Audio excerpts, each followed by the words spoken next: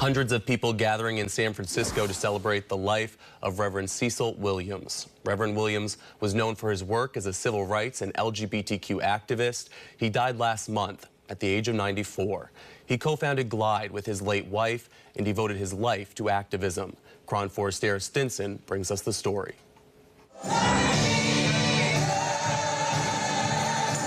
800 people packed into the sanctuary at Glide Memorial Church in San Francisco Sunday to honor the life of Reverend Cecil Williams. Look around at all the people here, the overflow of people in the sanctuary. This is Cecil's legacy right here, the people.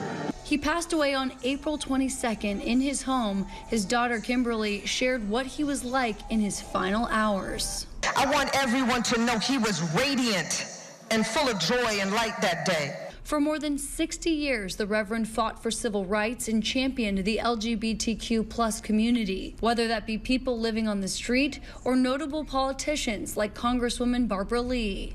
I sat right over there in the third row, probably the third seat in every Sunday.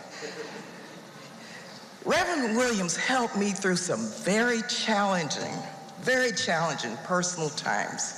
As well as former San Francisco Mayor Willie Brown, Vice President Kamala Harris, and political activist Professor Angela Davis. Cecil was always there for those who were under attack. Whether we are referring to the LGBT community, political activists like myself. Williams first came to San Francisco's Tenderloin neighborhood in 1963 to help run Glide Church and Glide Foundation. Quickly after, he made the brave decision to make the church inclusive to all. When he stood up for folks in the LGBTQ community to get rid of the stigma and open the doors, there were people even in this city that did not embrace this community. Williams and his late wife, Janice Mirkatani, expanded Glide to become what it is today, a safe haven, providing food and services to thousands of people a year. The crack epidemic, he was right out on the streets, engaging the public, sex work, HIV. He never shied away from it. There was no issue that he wasn't going to tackle.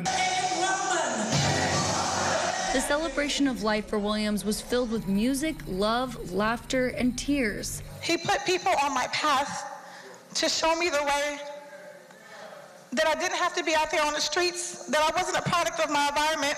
San Francisco Mayor London Breed recalled growing up in the city and being able to lean on the Reverend.